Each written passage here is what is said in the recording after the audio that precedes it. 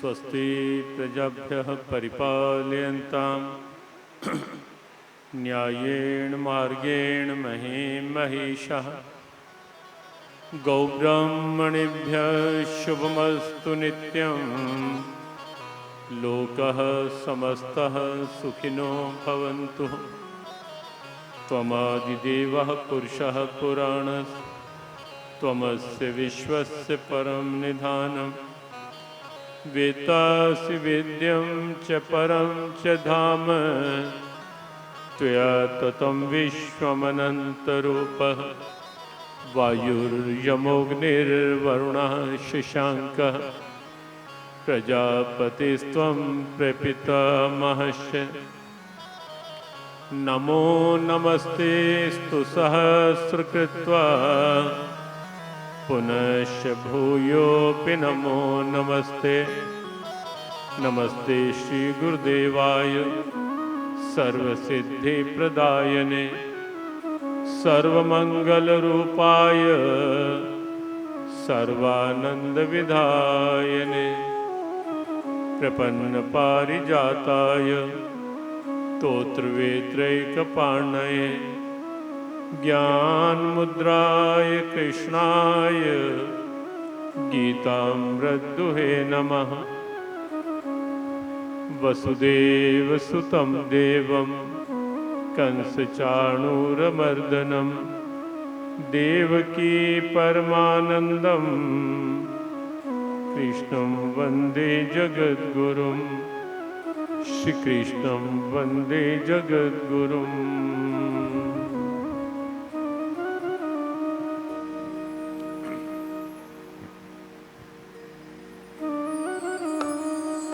ओम नमो भगवते वासुदेवाय। ओम नमो भगवते वासुदेवाय। ओम नमो भगवते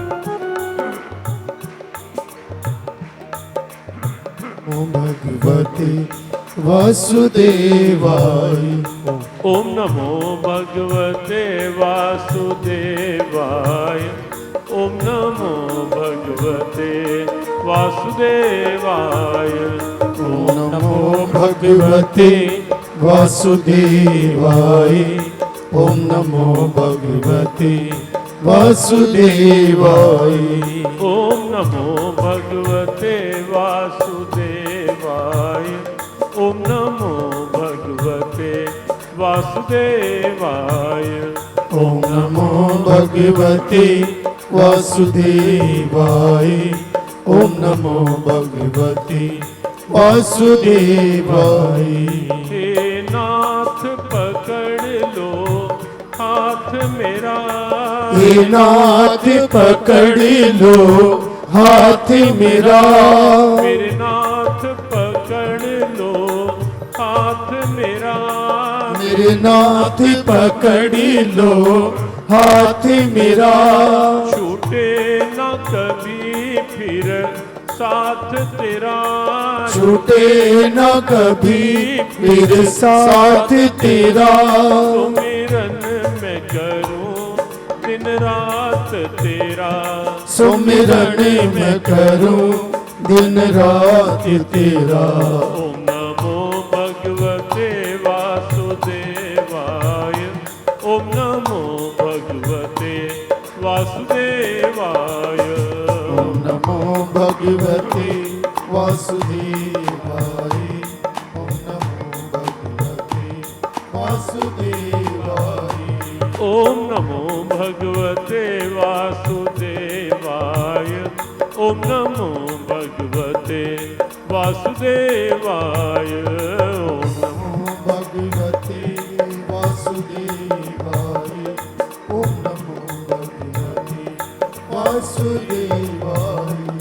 प्रभु भक्ति दो प्रभु शक्ति दो। प्रभु भक्ति दो प्रभु शक्ति दो। प्रभु भक्ति दो प्रभु शक्ति दो। प्रभु भक्ति दो प्रभु शक्ति दो। प्रभु भक्ति दो प्रभु शक्ति दो। प्रभु भक्ति दो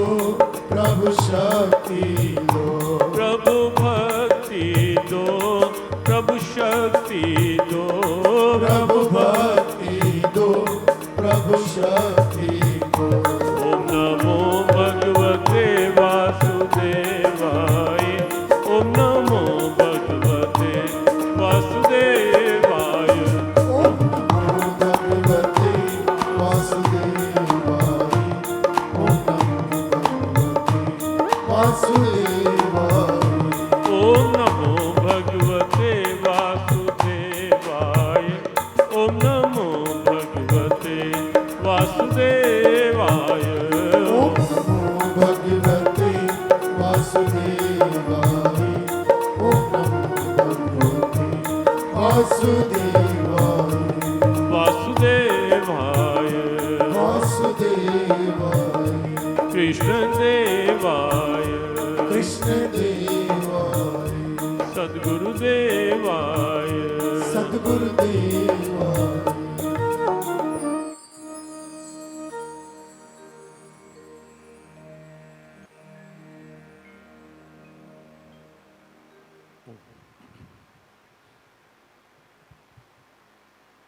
नारायण नारायण नारायण नारायण।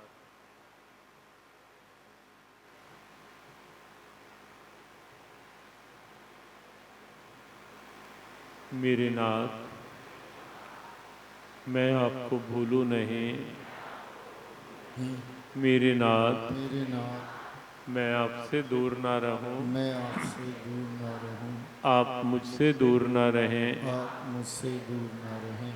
मेरे नाथ, मेरे नाथ, आप अपनी कृपा आप अपनी कृपा सदा सब पर बनाए रखें। सदा सब पर बनाए रखें। जय श्री कृष्ण, जय श्री कृष्ण, जय श्री राधे, जय श्री राधे, जय भगवद गीते, जय भगवद गीते, जय गौ माता, जय गौ माता, जय गुरुदेव। जय गुरु।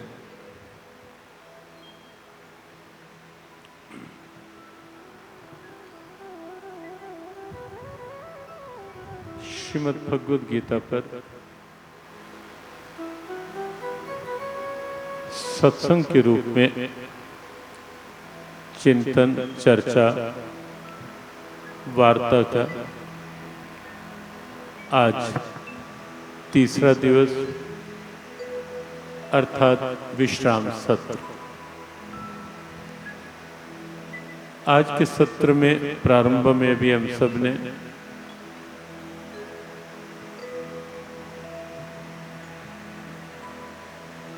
पठानकोट से ही और जैसा उन्होंने संकेत किया श्री वृंदावन धाम में भी श्री कृष्ण कृपा धाम के बिल्कुल पड़ोस में ही हमारे परम आदरणीय परम स्नेही महामंडलेश्वर श्री स्वामी शरणानंद जी महाराज के द्वारा प्रारंभिक उद्बोधन हम सब ने प्राप्त किया। संयोग से जो विषय उन्होंने श्रीमद् भागवत के भाव के साथ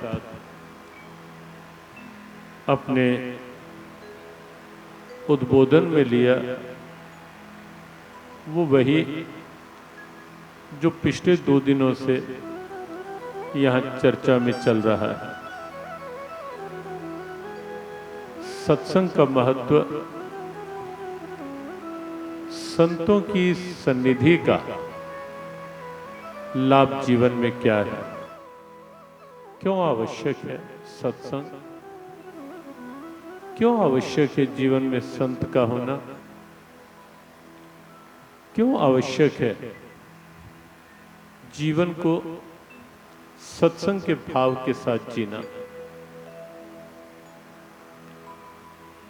इसी पर पिछले 2 दिनों से चर्चा चल रही थी और आज स्वामी जी ने भी उसी भाव के साथ अपना उद्बोधन दिया। वस्तुतः जो बात परसों पहले दिन कही गई थी, सत्संग के बिना, संत सन्निधि के बिना ये जीवन अधूरा है, जीवन अपूर्ण है। जीवन का पूरा लाभ मिल ही नहीं सकता, जीवन को समझा ही नहीं जा सकता। संत सन्निधि के बिना न जीवन समझ में आता है और न ही यह भी समझ में आ सकता है कि हमारी संस्कृति क्या है, हमारी परंपराएं क्या है। जैसे अवतार परंपरा क्या है, कहां से पता चलेगा? कोई संत जीवन में होंगे वही तो बताएंगे ना। अभी पूज्य स्वामी जी ने संकेत किया कि भगवान को भी भगवान के रूप में कि भगवत तत्व क्या है हमें कहां से पता चल सकता है? कौन बताएगा? अवतार परंपरा क्या है, उसका तत्व क्या है, महत्व क्या है, किसी संत की सन्निधि से ही पता चलेगा। हमारे तीर्थों का तत्व क्या है, हमारे ग्रंथों में क्या कोश छिपा हुआ है। और ऐसी ही हमारी सारी परंपराएं, हमारी ऋषि परंपरा, अवतार परंपरा, त्योहार परंपरा, तीर्थ परंपरा, गुरु परंपरा, ये सब परंपराएं जो है उसके विषय में सही जानकारी सत्संग से ही प्राप्त हो सकती है, संत की सन्निधि से ही प्राप्त हो सकती है। और बहुत आवश्यक है कि हम अपनी इन परंपराओं को समझ के इन परंपराओं के साथ न केवल जुड़े रह पाएं, अपितु अपने आने वाली पीढ़ियों के लिए भी अपनी परंपराओं की विरासत वहां तक भी पहुंचाएं, बहुत आवश्यक है। और वर्तमान में जैसे वातावरण बन रहे हैं उसमें और आवश्यक है कि बच्चे भी समझें कि हमारी परंपराएं हैं क्या, ये तीर्थ क्या है, त्योहार क्या है, अवतार क्या है। हमारे ऋषि कितने उदार ऋषि थे। अभी लगभग 4-5 दिन पूर्व दधीची ऋषि की जयंती निकली, श्री राधाष्टमी के दिन उनकी जयंती होती है। हमें तो लगता है कि ऐसे ऐसे भाव हमारे पाठ्यक्रम का, स्कूली शिक्षा का एक अंग होने चाहिए और बच्चों को ये समझ में आना चाहिए कि हमारी ऋषि परंपरा कितनी दिव्य परंपरा थी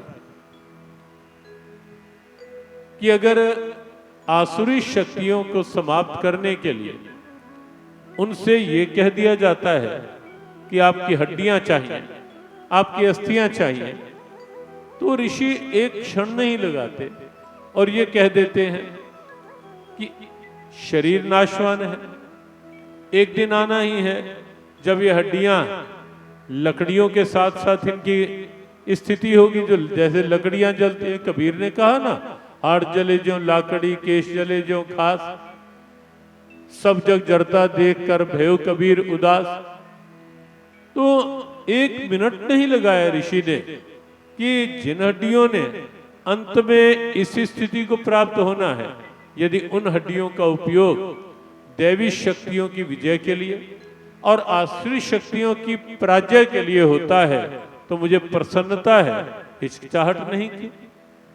अब देख, और ऐसे मान लो हम बताने लगे कि ग्रंथों में ऐसे क्या क्या उदाहरण है प्रेरणात्मक, ऋषियों के जीवन में कैसे कैसे ऐसे संस्मरण है, अवतार परंपरा कैसे एक अलग से भाव के साथ व्यवहारिक प्रेरणाओं को लिए हुए हैं, तो शायद दिनों दिन लग जाए। लेकिन संकेत में इतनी बात कि परंपराएं हमारी बहुत उदार है, बहुत उदात्त है, बहुत अलौकिक है, लेकिन बताए कौन, समझाए कौन? या तो प्रारंभ में हमारी शिक्षा पद्धति में ये सब जुड़ा होता और हमारे आचार्य स्वयं इस विषय में जागरूक होते, वो प्रारंभ से बच्चों को ये पाठ भी साथ साथ पढ़ाते, या घर में माता पिता, हाँ एक समय था भी ऐसा कि जब घरों में ऐसी ऐसी कहानियां चलती थी और फिर से आवश्यकता है इस बात। लेकिन आज के दौर में ये जो मोबाइल की टिक टिक और चिक चिक, इसी में उलझ कर रह गए सब अपने अपने, वो अपना मोबाइल लेकर बैठ जाएंगे, बच्चे अपने मोबाइल लेकर बैठ जाएंगे, किसी को किसी से बात करने की फुर्सत नहीं। और सारा कुछ, कई बार तो हम देखते हैं कि बच्चे मोबाइल के साथ इतना इन्वॉल्व हो जाते हैं कि जरा सा उनसे मोबाइल लेने का प्रयास करो तो एकदम बिफर पड़ना। और सारा कुछ वैसे स्तुति भगवान के लिए हम करते हैं, त्वमेव माता च पिता त्वमेव बंधुश्च सखा त्वमेव। लेकिन आजकल कई बार लगता है कि मोबाइल ही माता पिता, यही माता यही पिता। हम बच्चों को जब देखते हैं कि माँ बुला रही है और बच्चा मोबाइल में लगा हुआ है, हो रहा है या नहीं हो रहा है ऐसा? पिता समझा रहे हैं लेकिन बच्चा समझ ही नहीं रहा, मोबाइल में लगा हुआ है। पहले मित्रों के साथ, कहीं ना कहीं सखाओं के साथ, भाइयों के साथ, हमारे अवतार परंपरा में तो ये था ना, भगवान राम ने भी अवतार लिया तो अनुज सखा सन भोजन करें, मात पिता आज्ञा अनुसार है, भाइयों के साथ सखाओं के साथ मिल बैठकर भोजन करते हैं, खेलते हैं। और जिस समय भरत बाद में प्रभु वनवास चले गए तो पुरानी यादें जब सामने ला ला कर भरत बहुत विह्वल, बहुत विचलित थे। तो ऐसे ऐसे भाव भी भरत ने कहे कि जब खेलते थे हम तो प्रभु हारे हूं खेल जितावहु मोहि, स्वयं हार जाते थे जानबूझकर और मुझे जिताकर ताली बजाते थे, मेरा भरत जीत गया, मेरा भरत जीत गया, और स्वयं हार। तो ऐसे ऐसे भाव परंपराओं में थे हमारे कन्हैया। ये प्रीति भोज की जो लीला होती है, प्रीति भोज में सब सखाओं के साथ बैठकर भोजन करना, सबको साथ बिठाना, और सारी लीलाओं में ये क्या है कि एक सद्भावना बिना किसी भेदभाव के। लेकिन आजकल क्या है, क्योंकि वो घटनाएं छूट गई, वो बच्चों को पढ़ाना छूट गया, समझाना छूट गया, और केवल मोबाइल वही बंधु हो गया, वही सखा हो गया। और आजकल तो अगली एक लाइन है ना, त्वमेव विद्या द्रविणम त्वमेव। ये कोविड के चलते ये ऑनलाइन क्लासेस जो हुई, पहले जो मोबाइल कुछ कम था, ये ऑनलाइन क्लासेस के चलते चलते त्वमेव विद्या, विद्या का साधन भी यही मोबाइल बन गया। और जिनकी नौकरियां जा जा करके करते थे वो ऑनलाइन ही अपने घर से वर्क फ्रॉम होम चल रहा है आजकल। अर्थात द्रविणम त्वमेव, धन का साधन भी, कमाई का साधन भी। तो आजकल वो खिलौना सा ही सब कुछ हो गया, और इसीलिए कहीं ना कहीं क्षमताएं भी सिमटती सी जा रही हैं सारी। वो क्षमता, वो विश्वास जो स्वाभाविक होना चाहिए वो कमजोर होता जा रहा है। इसीलिए आवश्यक है कि परंपराओं के साथ जुड़े रहना। वो भले ही हमारे अवतारों की परंपरा हो, भले ही ऋषियों की परंपरा हो, भले ही संतों की परंपरा हो, भले ही हमारे ग्रंथ हो, भले ही हमारी तीर्थ परंपरा हो, त्योहार हो, बहुत जरूरी है अपनी इन परंपराओं को संभाल कर रखना, अपनी इन परंपराओं का सम्मान करते रहना।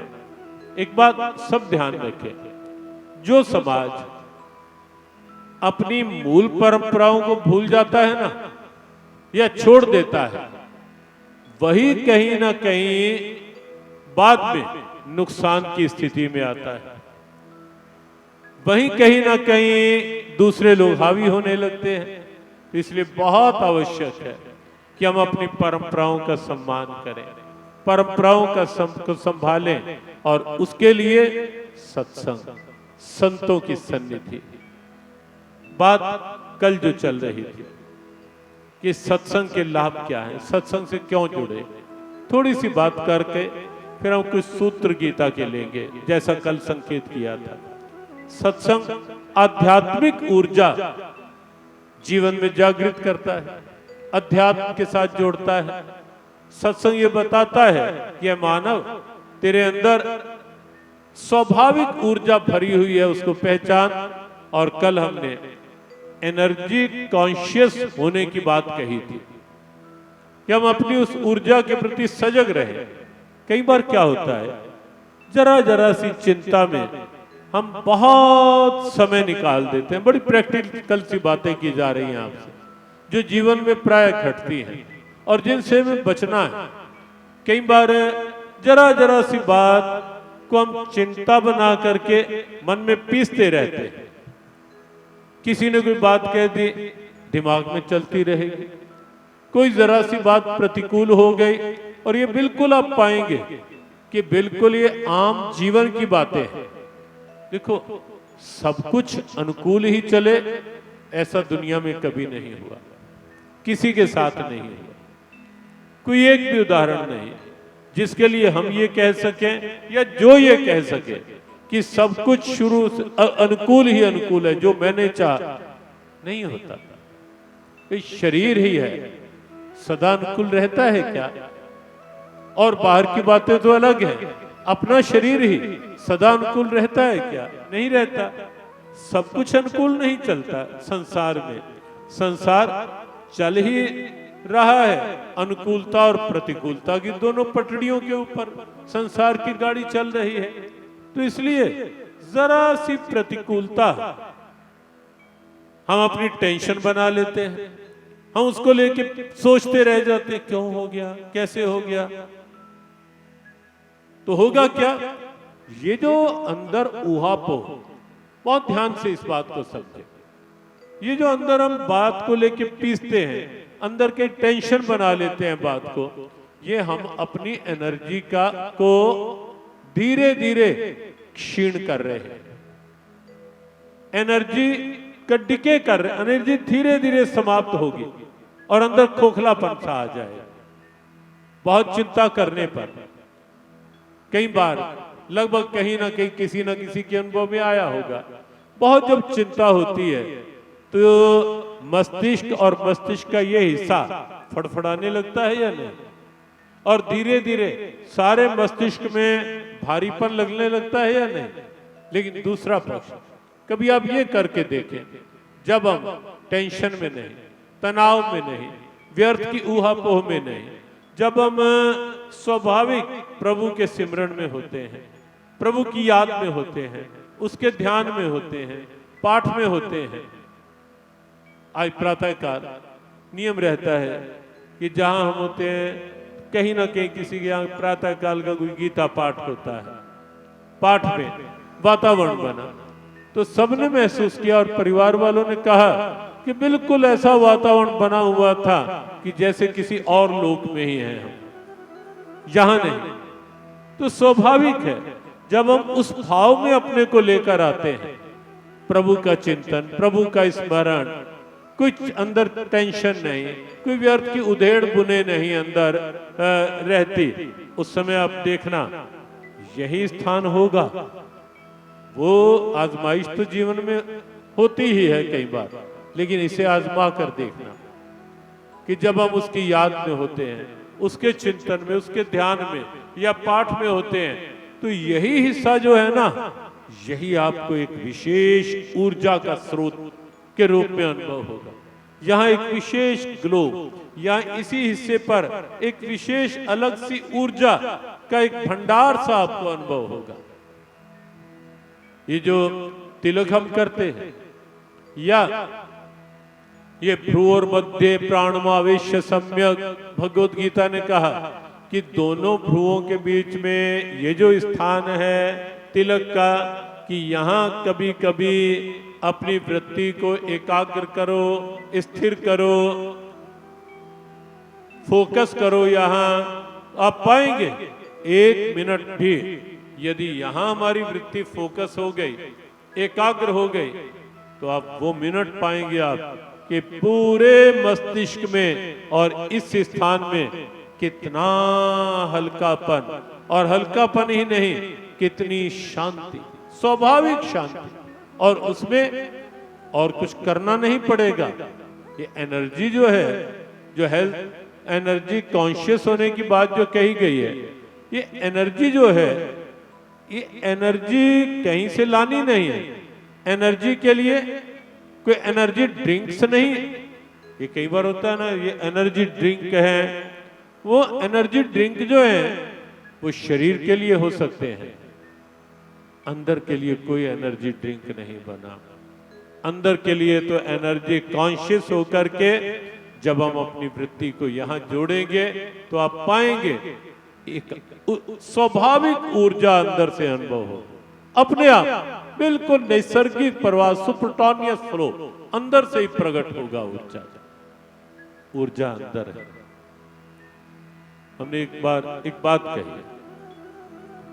कि झाड़ू जब हम लगाते हैं घरों में या दुकान, अंदर से बाहर लगाते हैं या बाहर से अंदर? अंदर से बाहर की ओर। लेकिन कोई सुनार भाई यदि यहां बैठे हों, उनसे पूछना कि वो अपनी दुकान में जब झाड़ू लगाते हैं अंदर से बाहर लगाते हैं या बाहर से अंदर लगाते हैं? सुनार भाई अपनी दुकान में जब भी झाड़ू लगाएंगे वो अंदर से बाहर की ओर नहीं लगाएंगे, वो बाहर से अंदर की ओर लगाएंगे। पूछा जाए क्यों? हमने एक बार कहीं पूछा, स्वाभाविक ही कि हमने ऐसा सुना है और ऐसा क्यों है, तो उन्होंने बताया, सच्ची बात है, बहुत पहले की बात, हम बताया कि बाहर से अंदर झाड़ू लगाकर उसके बाद हम टॉर्च लगाकर या विशेष लाइट्स होती हैं वो लगाकर फिर उसमें भी ढूंढते हैं, जो कचरा होता है उससे भी छानते हैं और कई बार उसमें से भी कोई ना कोई रजत कण, स्वर्ण कण उसमें से भी कई बार हमें मिल जाते हैं। कि घटते घटते मान लो कुछ नीचे जरा जरा सा भी, तो उसको दोबारा से करके फिर करके तो हमें लगा कि जीवन में भी यही कहीं ना कहीं, जीवन की सच्चाई भी कहीं ना कहीं यही है। आम व्यक्ति ये अंदर से बाहर झाड़ू क्या है, प्राय हम क्या करते हैं, हम अपनी अंदर की जो ऊर्जा है उसे हम इंद्रियों के माध्यम से बाहर निकालते रहते हैं। तो जरूरत से ज्यादा बहुत अधिक बोलोगे और बोलने में भी जब फालतू की ईर्ष्या द्वेष रखकर बोलोगे, बोलने में भी अंतर है। प्रभु के नाम का कीर्तन आप कितनी देर करते रहो, उससे एनर्जी लॉस नहीं होगा, एनर्जी गेन होगी उससे। मान लो कुछ देर आपने लगातार कीर्तन किया, करते करते करते करते आप ये नहीं कहोगे कि बा मैं थक गई, लगेगा कि जैसे एक नई चेतना जगी। और वैसे ईर्ष्या की बातें, द्वेष की बातें या विशेष रूप से बहुत गुस्से में जब आप बोलेंगे तो उसके बाद बहुत बोल बोल के फिर आप खुद ही कह दोगे बस अब और सिर नहीं खा मेरा। होता है नहीं होता माता? खुद गुस्सा किया और खुद ही बोल दिया मेरा सिर नहीं खा, अर्थात गुस्सा करते करते हमारा अपना सिर खाया जा रहा है। सिर खाया जा रहा है का मतलब कि अंदर की ऊर्जा समाप्त हो रही है और एकदम लगता है अब तो और यहां तक भी है। ये जो रोना भी वही क्रिया जब संसार के साथ जुड़ती है, जो कल बात हुई थी वृत्तियों की, कि कहीं ना कहीं अंदर ये वृत्तियां फरी रहती हैं, ईर्ष्या, द्वेष, आक्रोश, काम, क्रोध, लोभ, मोह, अहम, ये सब ये अंदर रखकर शांति नहीं मिलती। और ये जितनी वृत्तियां होंगी ये कहीं ना कहीं ऊर्जा कमजोर करेंगी अंदर से। और इन वृत्तियों के द्वारा ही जब इंद्रियों का प्रयोग होगा, यही वृत्तियां रखकर किसी को आप ईर्ष्या की दृष्टि से देखोगे, देखते देखते आप देखेंगे एकदम भाव बदल जाए, ये कहां से आ गई, ये कहां से आ गया। कई बार होता है सत्संग में भी हम देखते हैं, क्या वो ऊपर बैठे देखते हैं कि किसी को देखकर तो एकदम जो जिसके साथ अपना ठीक होगा उसको देखकर तो हम इधर उधर करके इशारे कर करके बुलाएंगे आज, और जो ठीक हमें ठीक नहीं लगती, ठीक नहीं लगता, वो आगे ऐसे ये कहां बैठा, ये क्यों बैठा, एकदम, क्योंकि ईर्ष्या अंदर भरी है ना। और वो ईर्ष्या कहीं ना कहीं चेहरे से भी प्रकट हो जाती है, क्योंकि face is an index to mind, चेहरा दिल का आईना है।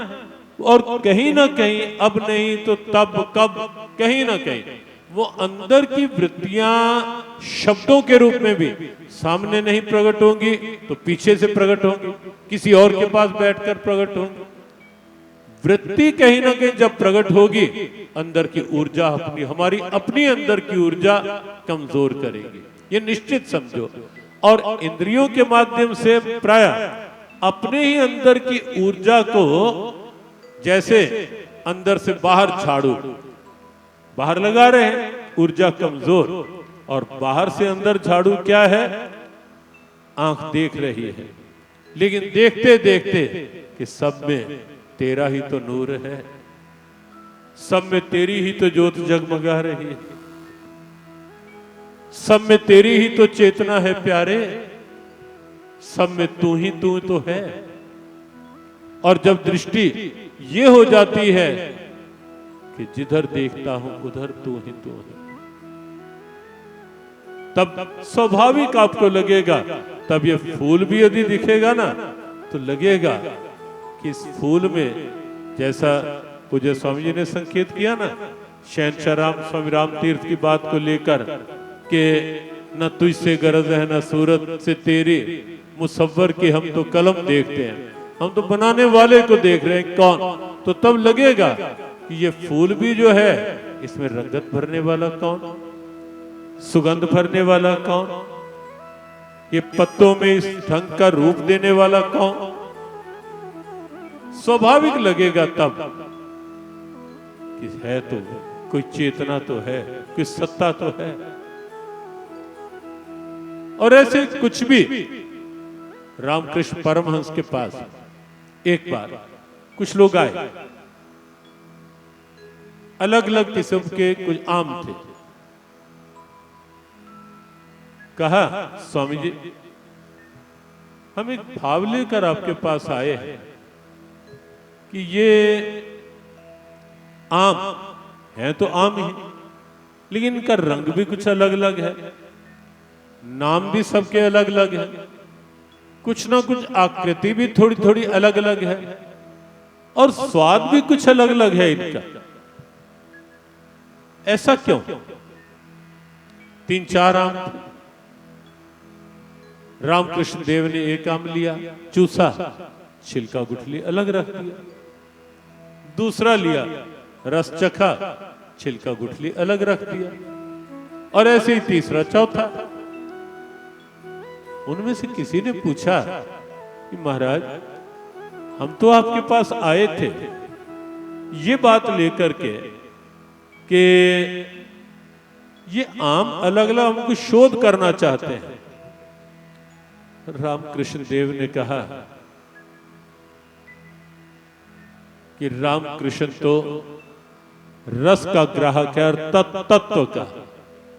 तुम्हें शोध करना है तो ये छिलके गुठलियां पड़े हैं, ले जाओ शोध करते रहो।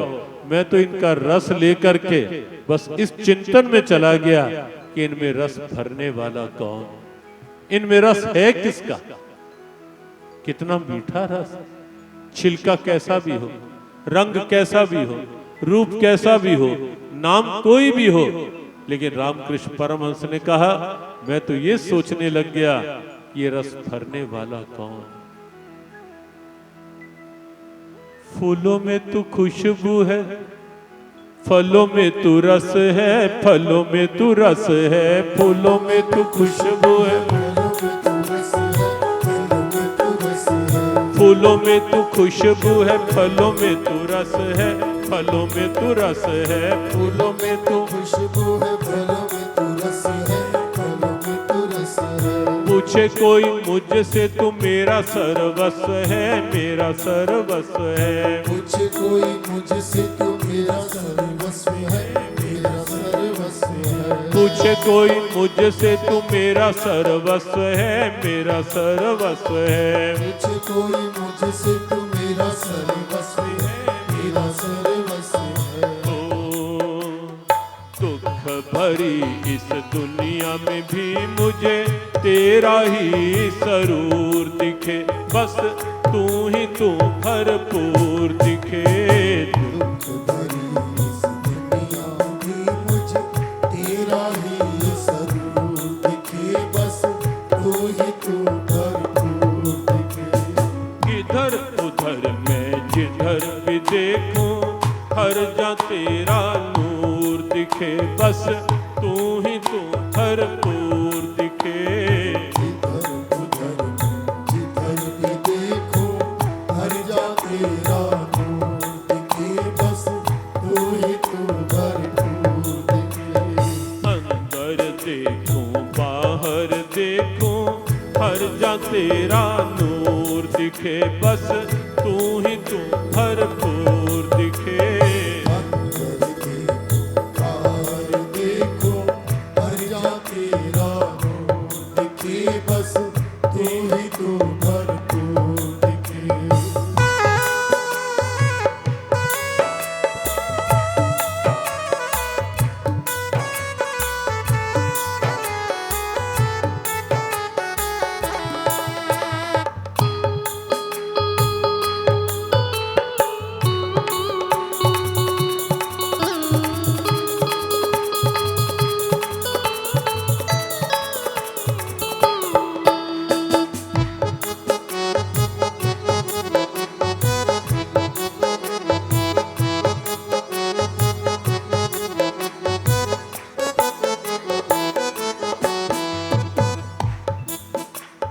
ख्वाबों में तू, ख्यालों में तू ही है नजारों में, तू ही है नजारों में। ख्वाबों में तू, ख्यालों में तू ही है नजारों में, तू ही है नजारों में। ख्वाबों में तू, ख्यालों में तू ही है नजारों में, तू ही है नजारों में। ख्वाबों में तू, ख्यालों में तू ही है नजारों में, तू ही है नजारों में। तू ही पतझड़ में है, तू ही है बहारों में, तू ही है बहारों में। तू ही पतझड़ में है, तू ही है बहारों में, तू ही है बहारों में।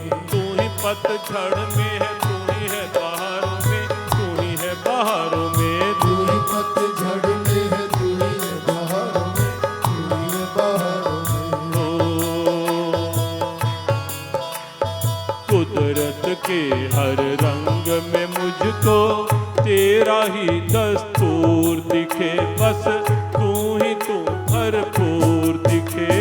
कुदरत के हर रंग में मुझको तेरा ही दस्तूर दिखे, बस तू ही तू भरपूर दिखे। इधर उधर मैं जिधर भी देखूं हर जा तेरा नूर दिखे, बस तू ही तू भरपूर दिखे।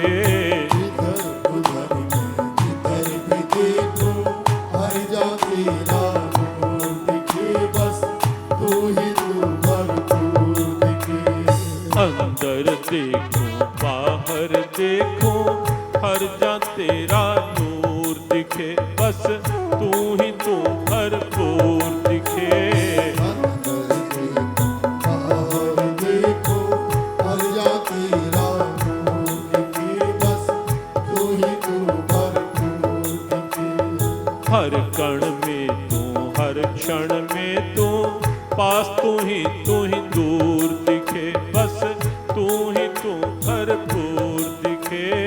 हर कण में तू, हर क्षण में तू, पास तू ही दूर दिखे, बस तू ही तू भरपूर दिखे। बस तू ही तू भरपूर दिखे, बस तू ही तू भरपूर दिखे।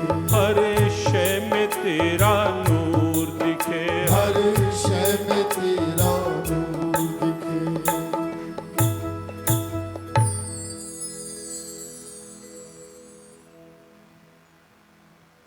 तो आप देखें दृष्टि में क्या अंतर है, जो भी हम सब ने सुना।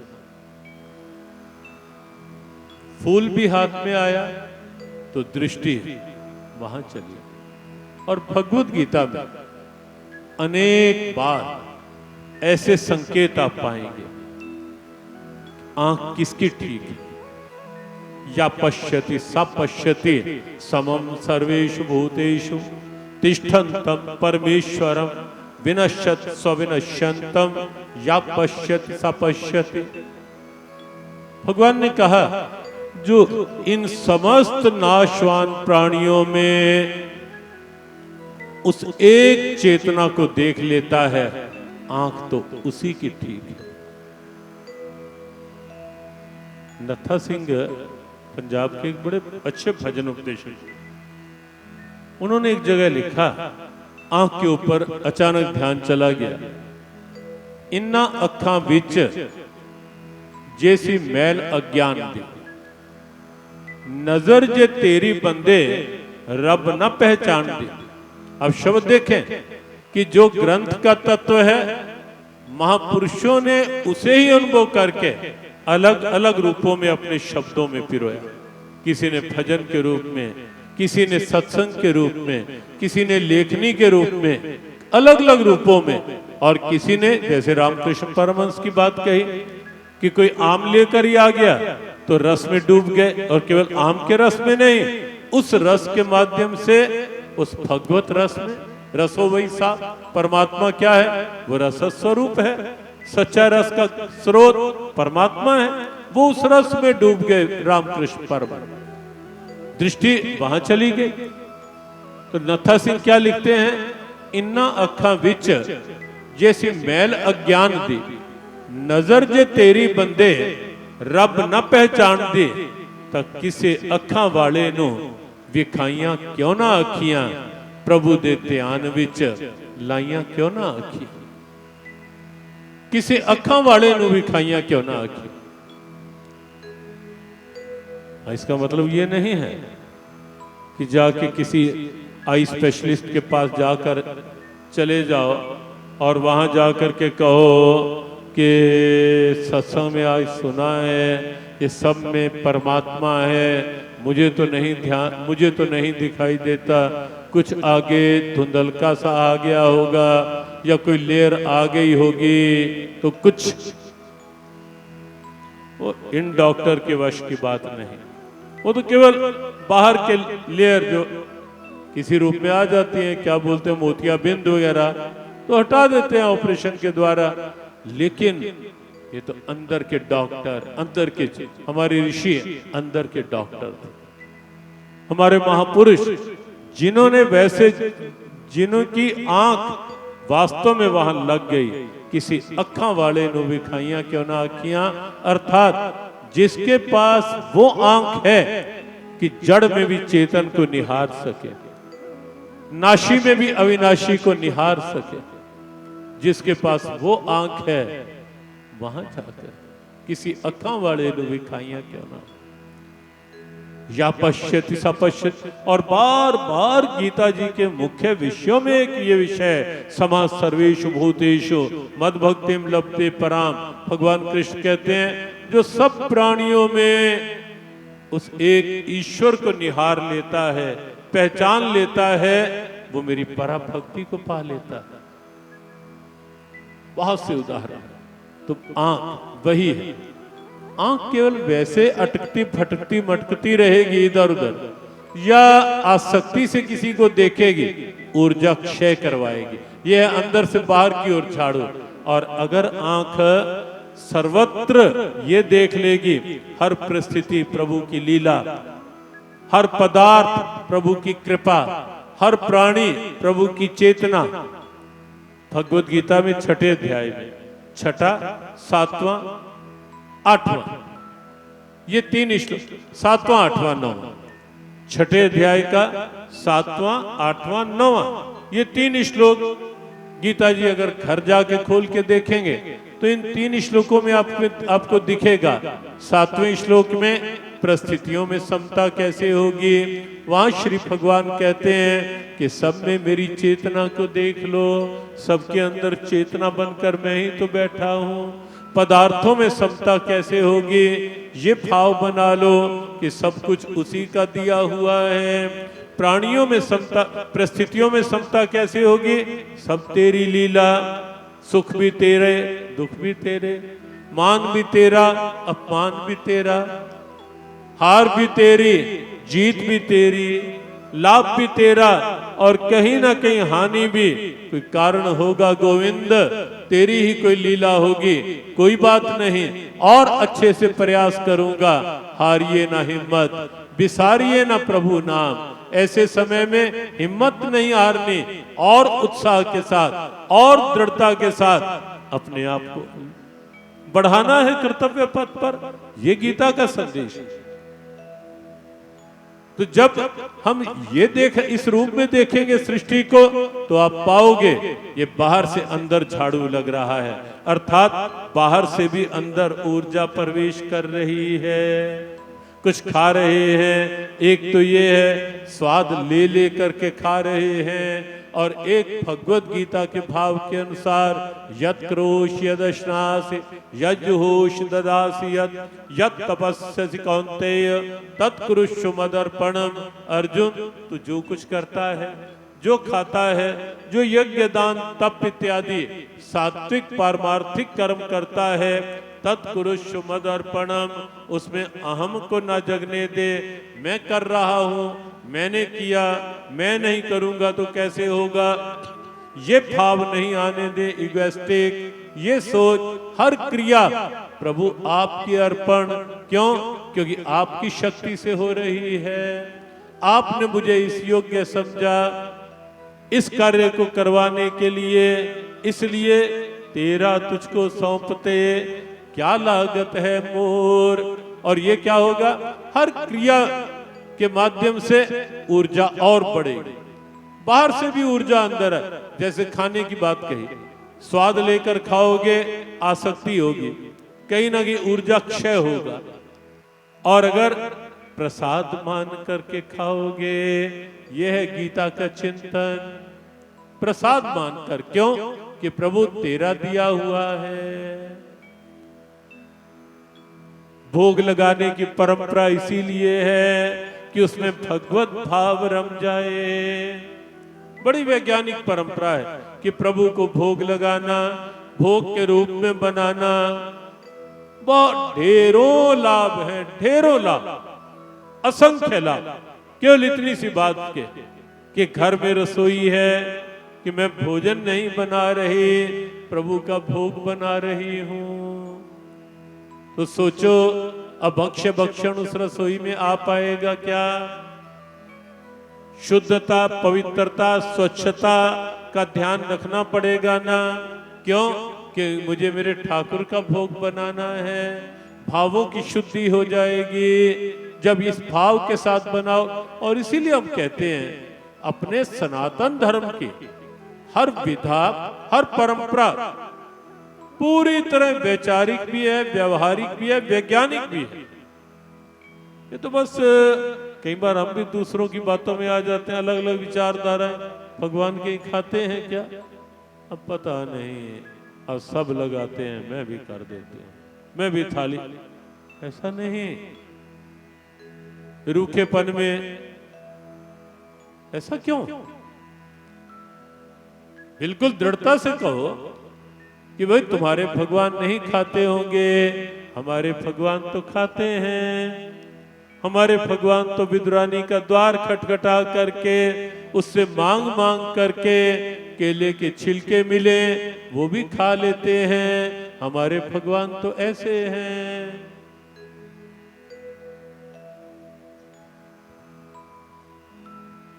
दृढ़ता से, विश्वास से उत्तर देना सीखो। सनातन धर्म वैज्ञानिक धर्म है, और ये भोग की परंपरा पूरी वैज्ञानिक परंपरा है हमारी। हाँ, हमें खंडन किसी का नहीं करना, जो जहां जैसे रह रहे हैं ठीक है, लेकिन हमें अपनी विचारधारा पर दृढ़ता रखनी है। ये अवश्य करना है। क्यों?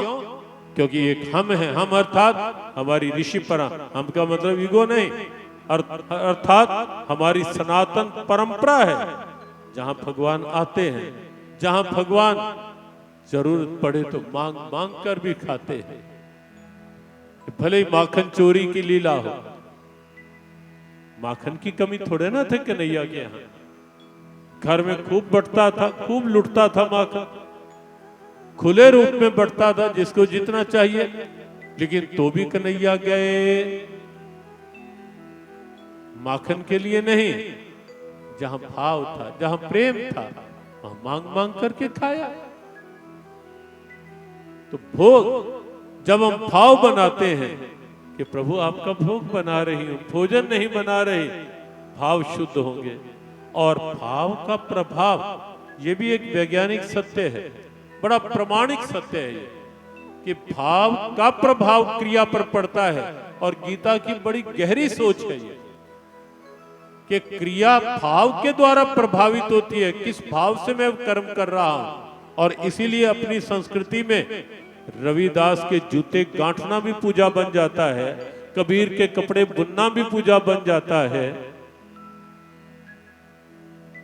और तो और क्या बताएं, सदन कसाई, समय नहीं, अगर पूरी पूर्व जन्म के वृतांत की बात बताएं तो आप आश्चर्य करोगे कि वो व्यक्ति मांस बेचते बेचते उसे पूजा काटता नहीं था अपने हाथ से। कौटुंबिक काम, जन्म हुआ, पूर्व में ब्राह्मण था, लेकिन कुछ ऐसी स्थिति गाय के साथ सांकेतिक, क्योंकि समय उतना नहीं है, हो गई, जन्म लेना पड़ा इधर उस परिवार में, लेकिन दृष्टि भगवान पर थी। और ये भक्तमाल का सत्य है कि मांस तोलता एक ही बाट था, उसी से तोलता सदन मांस, जितना होता उतना ही तोलता। कि संत ने देखा ये बाट नहीं, ये तो शालिग्राम है, और ये कर क्या रहा है। संत ने कहा ये मुझे दे दे और मैं तुझे बाट ला कर दे दूंगा। दे दिए, ले गए, स्नान करवाया, रखा अपने पास। लेकिन रात को स्वप्न में आए संत के कि जहां से लेकर आया है वहीं छोड़कर आ। संत ने हाथ छोड़ दिए, छोड़कर आए।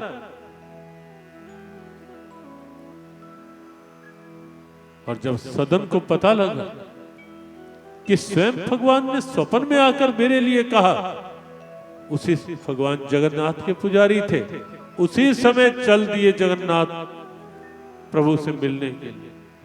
बड़ी अद्भुत सी घटनाएं घटी मार्ग में भी और वहां पहुंचकर भी, लेकिन दृष्टि वहां थी, क्रिया का भाव बदला, प्रभाव बदला। माताओं, जब जनाबाई के गोबर के उपलों में से विठल विठल की ध्वनि गूंज सकती है, तो हम क्यों नहीं ऐसा भाव बना सकते कि भोजन बनाते बनाते हमारा भाव जो है प्रभु। और इसीलिए हम कहते हैं कि भोजन बनाते समय ये मन में कुड़न तपन मैं ही करती रहूं, मैं ही लगी रहूं सारा दिन, और अंदर कुड़न तपन इसके लिए उसके लिए। हाँ, घर में मान लो 2 हैं 3 हैं, एक दूसरे को देख देख कर कुड़ते रहेंगे। कई बार ये कुड़ना तपना, ये समझ पंजाब वाले अच्छा समझते होंगे, ये सब समझ आ रही होगी, लेकिन ऐसा करना नहीं है। और कम से कम भोजन बनाते हुए बिल्कुल नहीं, भाव बनाओ कि ठाकुर को भोग लगाना है।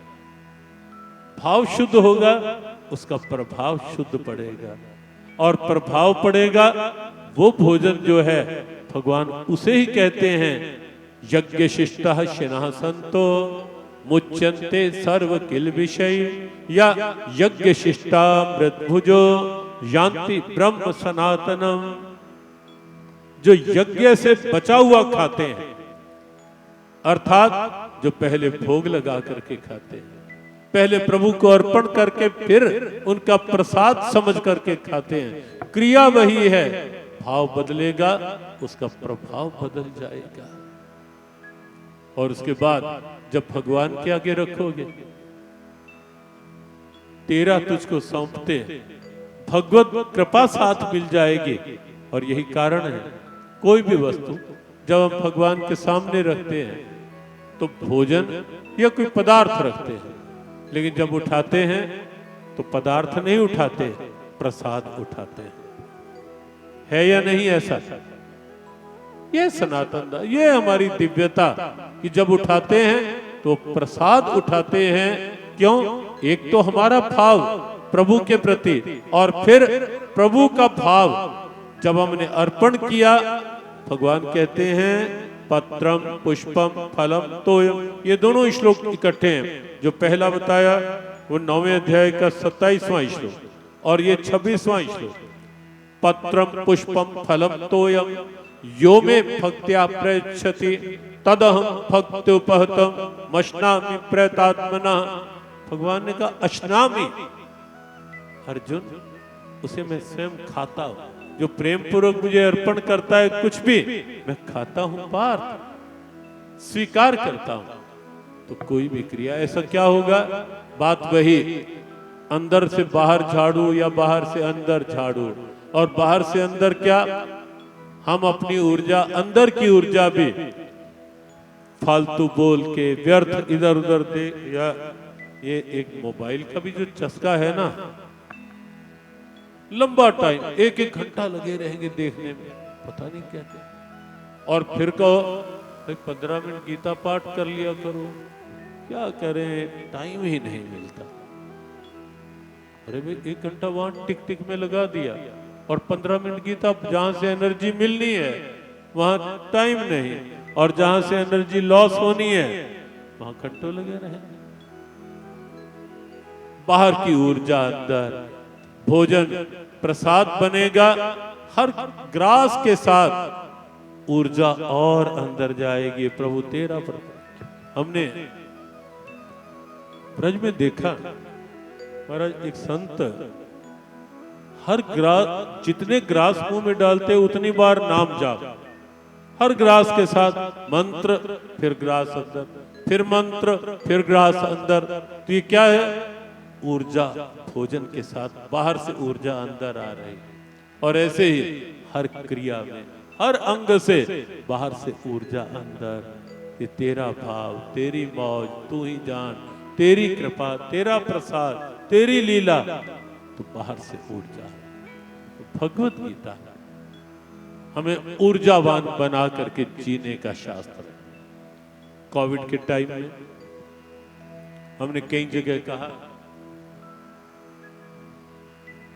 बहुत एक बड़ा कठोर सा समय था ये दूसरी लहर वाला। वैसे पहला भी जब आए दिन समाचार मिलते थे, बेड नहीं मिल रहा, कहीं ऑक्सीजन नहीं मिल रही, जब इस ढंग के समाचार मिलते तो बड़ी करुण सी स्थिति। और ऐसे में कई लोग चले गए। कल भी एक परिवार में हम थे, तो बहन एक बता रही थी कि दिल्ली में दामाद, तो ऐसे उस क्षेत्र में कहीं अधिक, लेकिन बहुत से लोग, हमने बड़े ध्यान से जब विचारा इस बात पे, कई लोग कोविड के प्रभाव से गए, लेकिन कई लोग कोविड का भय मन में इतना बैठ गया कि कोविड शब्द आते ही मन में इतना भय बैठ गया, इतना भय, और उस भय ने क्या किया, अंदर की ऊर्जा को हर लिया, मनोबल गिर गया।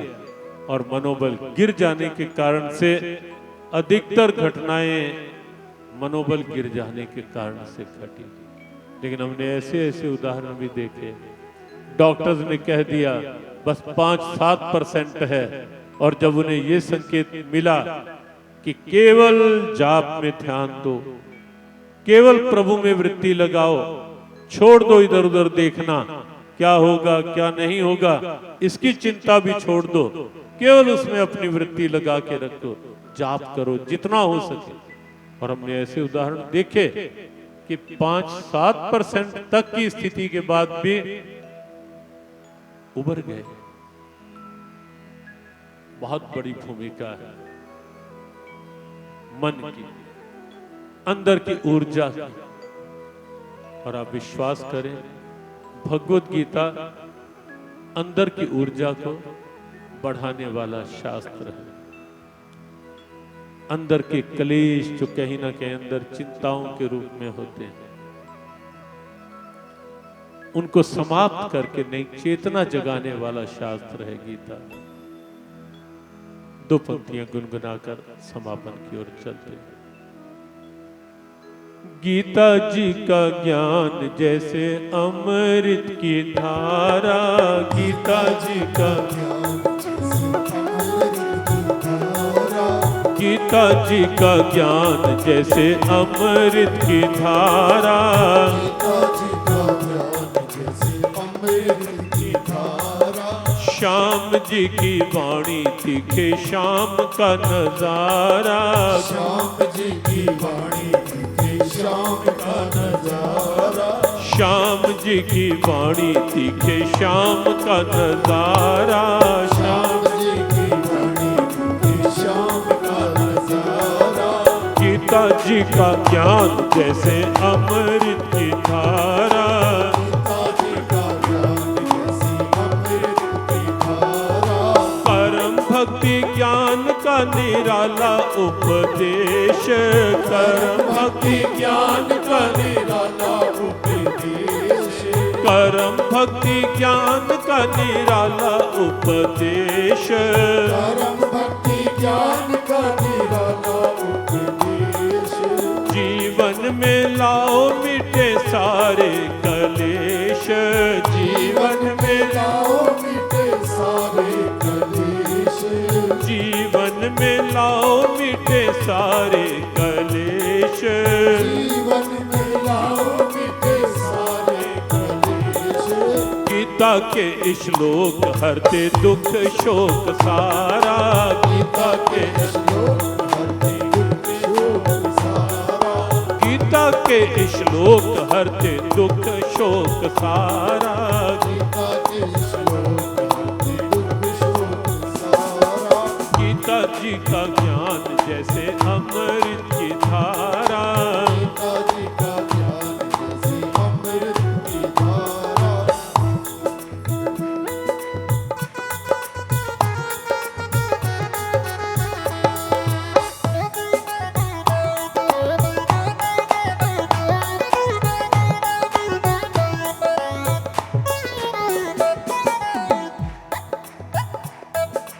गिरते हुओं को उठाती है गीता, गिरते हुओं को उठाती है गीता, जीवन को जीवन बनाती है गीता, जीवन को जीवन बनाती है गीता, जिसने पढ़ी गीता उसने जीवन संवारा, जिसने पढ़ी गीता उसने जीवन संवारा, जिसने पढ़ी गीता उसने जीवन संवारा, जिसने पढ़ी गीता उसने जीवन संवारा, श्याम जी की वाणी दिखे शाम का नजारा, श्याम जी की वाणी दिखे श्याम का नजारा, पढ़ो गीता सुनो गीता गीता अपनाओ, पढ़ो गीता सुनो गीता गीता अपनाओ, कहे किंकर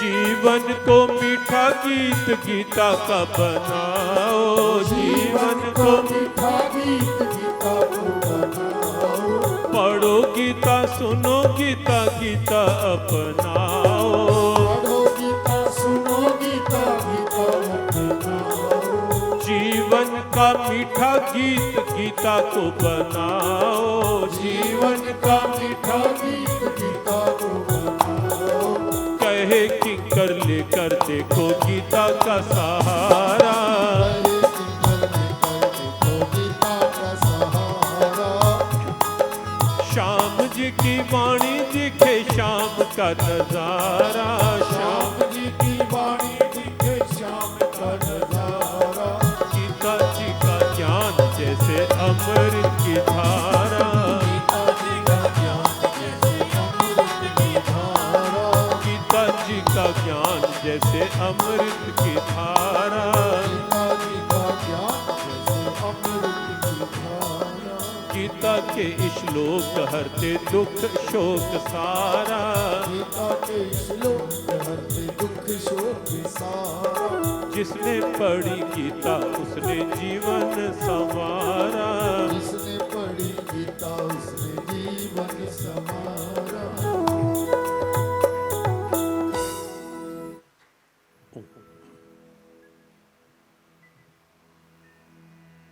भगवत गीता की प्रेरणाएं बस 2-4 मिनट में ही समापन की बात, भगवद गीता की प्रेरणाएं बिल्कुल व्यवहारिक जीवन के लिए हैं। कोविड काल में बहुतों ने इसे अनुभव किया। बहुत जगह गीता जी भिजवाई गई, बहुतों ने पढ़ी। मेंटल इम्यूनिटी बहुतों ने अपनी गीता जी के द्वारा बनाई, बढ़ाई। बहुत परिवारों के वातावरण गीता पाठ के द्वारा कोरोना के समय में सुरक्षा कवच के रूप में सामने आए। गीता यज्ञ की भूमिका भी महत्वपूर्ण रही। जियो गीता के द्वारा अलग अलग विषयों के अलग अलग श्लोक निकाले गए। डॉक्टर्स के लिए अलग, पेशेंट्स के लिए अलग, टीचर्स के लिए अलग, स्टूडेंट्स के लिए अलग, आदर्श ग्रस्त जीवन के लिए अलग, और यहाँ तक कि जेल प्रिजनर्स के लिए अलग।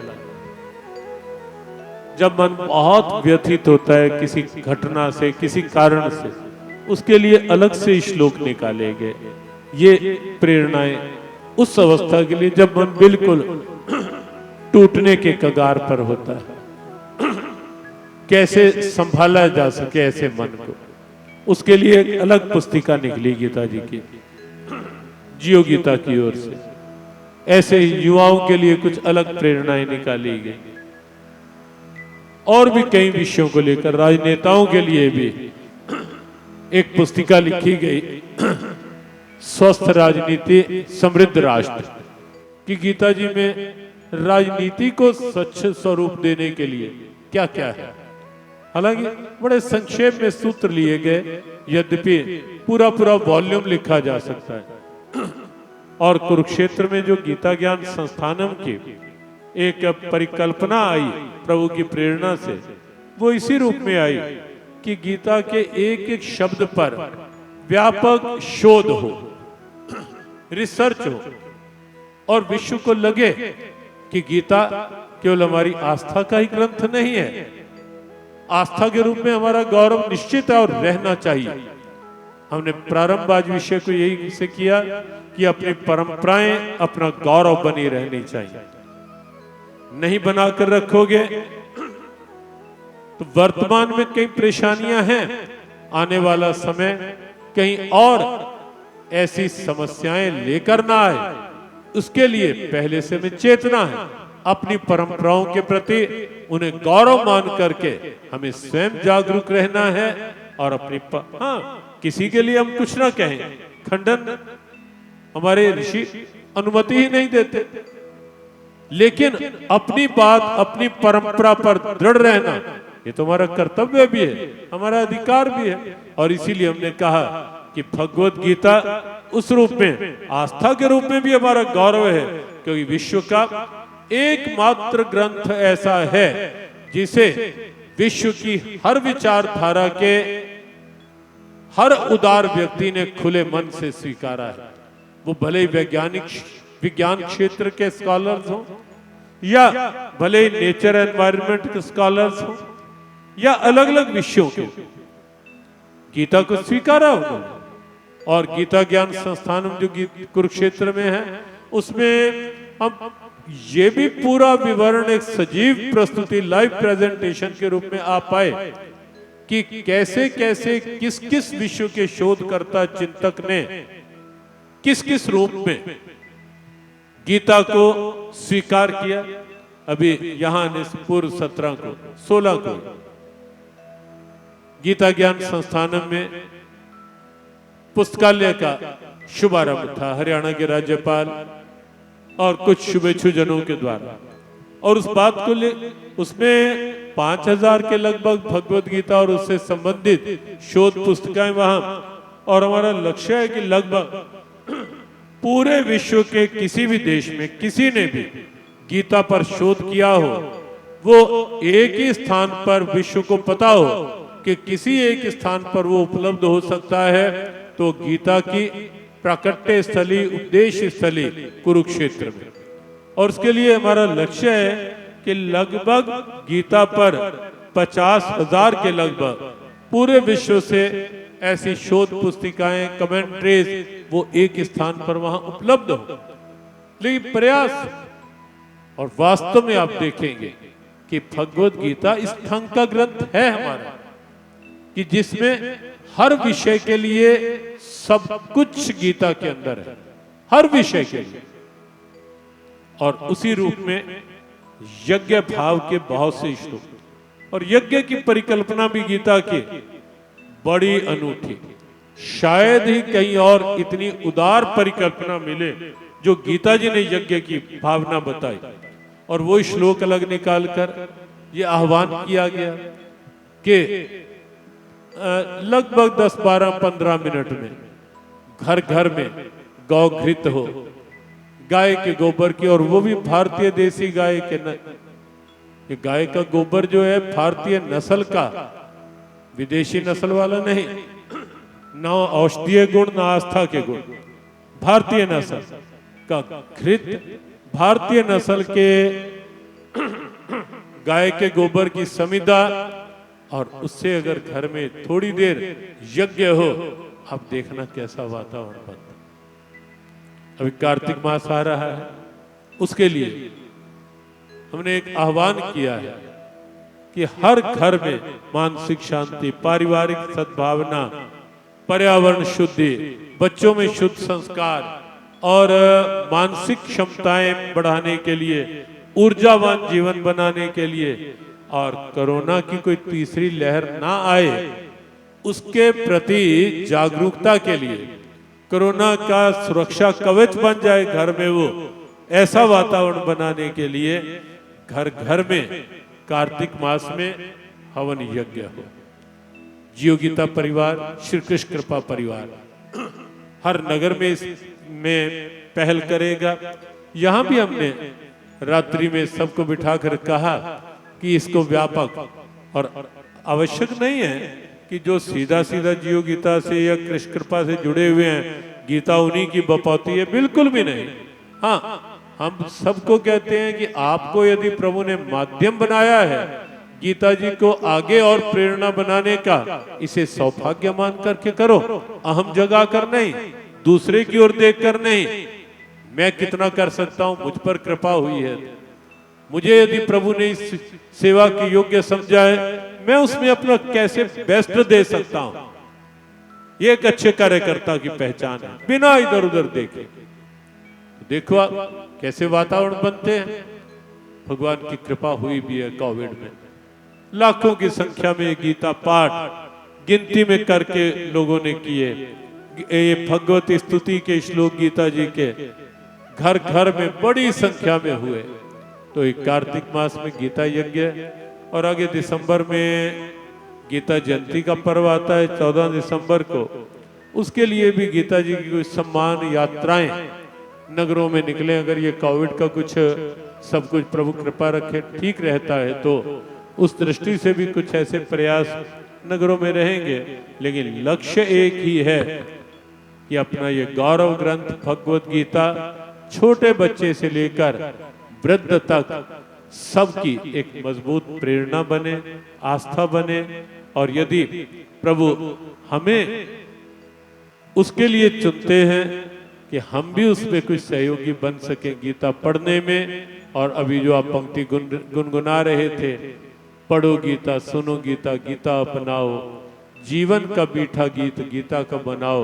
स्वयं गीता अपनाने में और दूसरों की प्रेरणा बनाने में यदि प्रभु हमें उस योग्य समझते हैं, विनम्रता पूर्वक अभिनंदन करो प्रभु की उस कृपा का, वंदन करो प्रभु की उस कृपा को। और आओ मिलकर अपने परंपराओं के सम्मान के लिए, राष्ट्र स्वाभिमान के लिए, अपनी सांस्कृतिक पहचान के लिए मिलकर के जियो गीता के इस आह्वान के साथ मिलकर सब चलें।